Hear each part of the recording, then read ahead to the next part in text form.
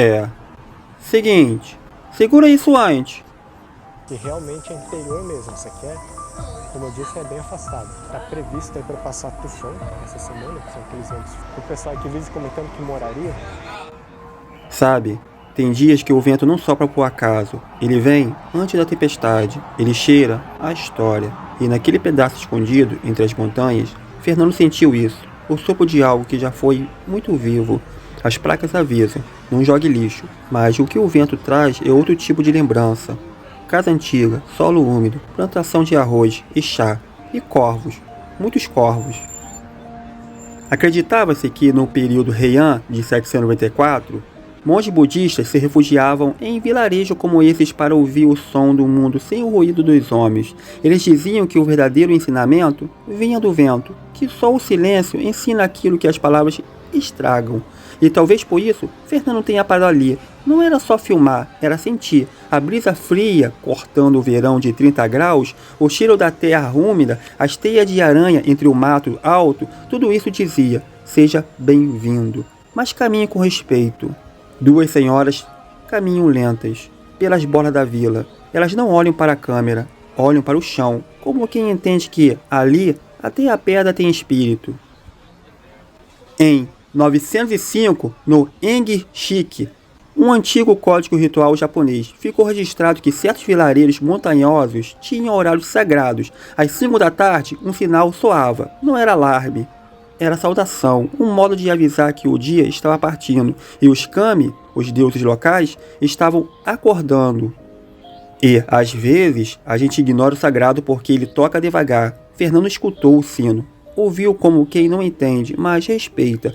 As ruas vazias, a montanha respirando atrás, era mais do que o cenário. Era um templo sem altar. Olha só, acho que ali tem um cemitério, bem no meio das casas. A voz dele não é de medo, é de estranheza. E é mesmo curioso, porque no Japão a morte caminha ao lado da casa, sem horror, sem esconderijo. No século XVII, durante o período Edo, os cemitérios eram deliberadamente construídos no centro dos vilarejos, próximo aos templos e às casas, como lembrança constante da impermanência, mujo, como ensina o budismo japonês. Fernando observa, e talvez sem perceber, aprende. Ali a vida não é separada da morte. Ela anda com ela, planta arroz ao lado, constrói casa em frente, aceita. Ele para ao lado de uma estrada estreita, as teias de aranha, o mato alto, o cheiro do verão molhado. Ele hesita em entrar, depois decide, se for terreno de alguém, eu volto.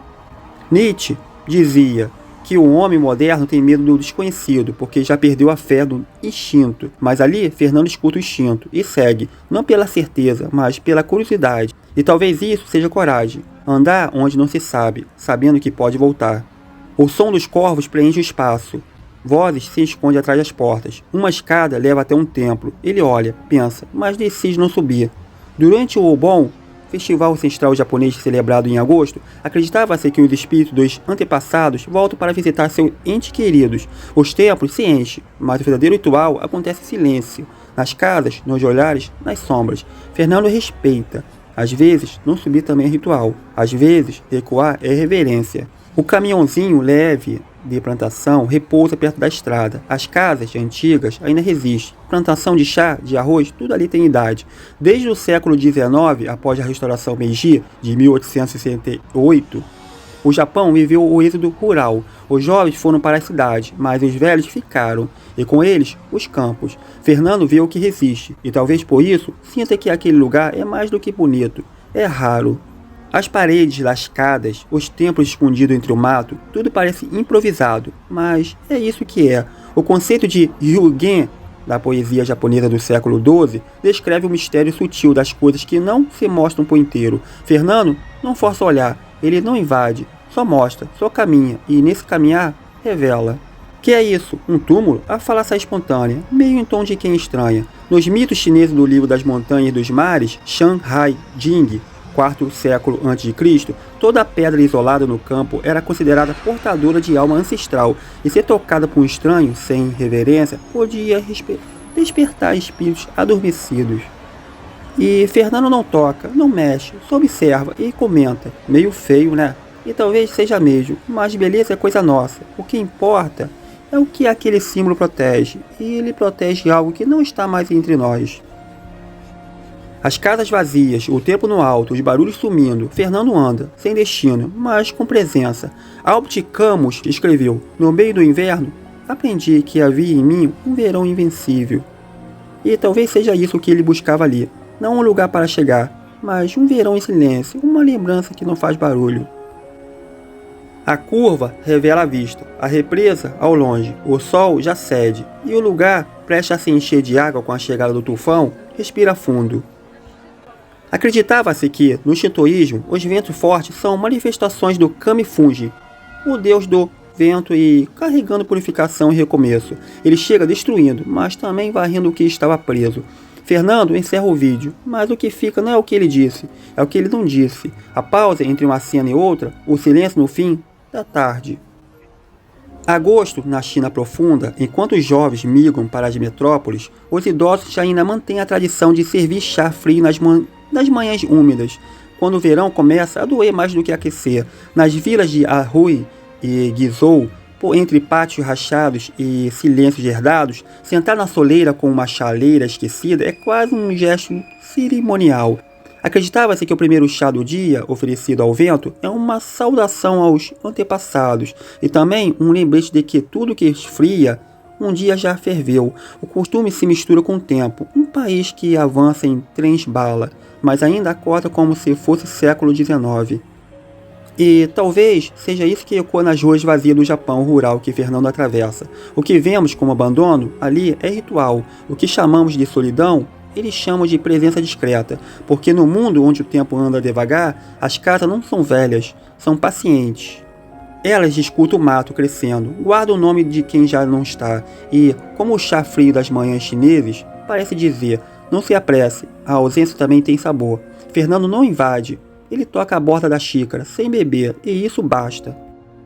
E quando Fernando desceu a estrada estreita, era como se o próprio Confúcio sussurrasse no vento: respeite o silêncio, pois ele é a raiz do saber.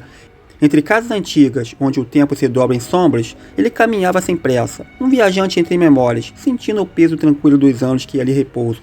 Não havia pressa, só o murmúrio distante dos corvos, que, como In Su Sin, guardava a fortaleza invisível da paciência e da espera, prontos para resistir ao tufão. É isso. Paz. Bichos. Essa aqui é para mandar carta por correio.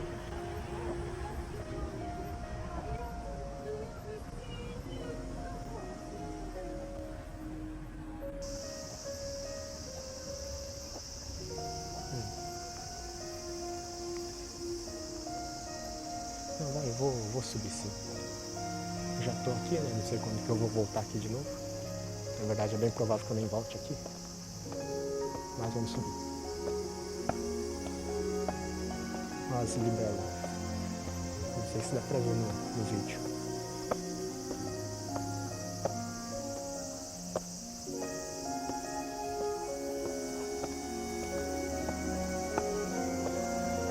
E chegamos. Deixar o tempo. Legal, uma casinha só. Uma torneira aqui do lado. O melhor mesmo é a vista daqui, ó.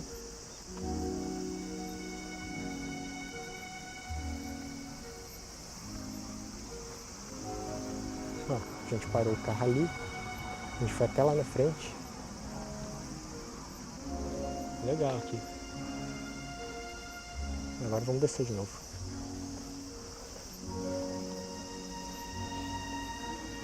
Comentem aí se vocês gostam dessas coisas assim de templo. Tipo, tem lá em Kyoto, que muitos já pediram pra eu ir lá, eu ainda não fui. Mas deixem nos comentários. Dependendo aí, eu tento ir lá mais rápido aí pra vocês.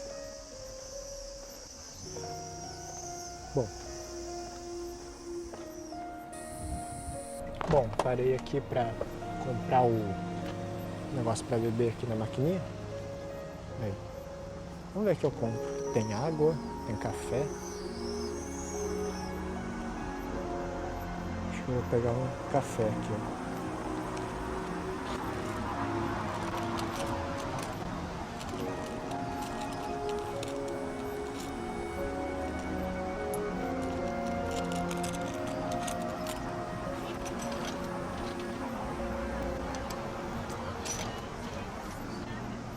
eu vou pegar água.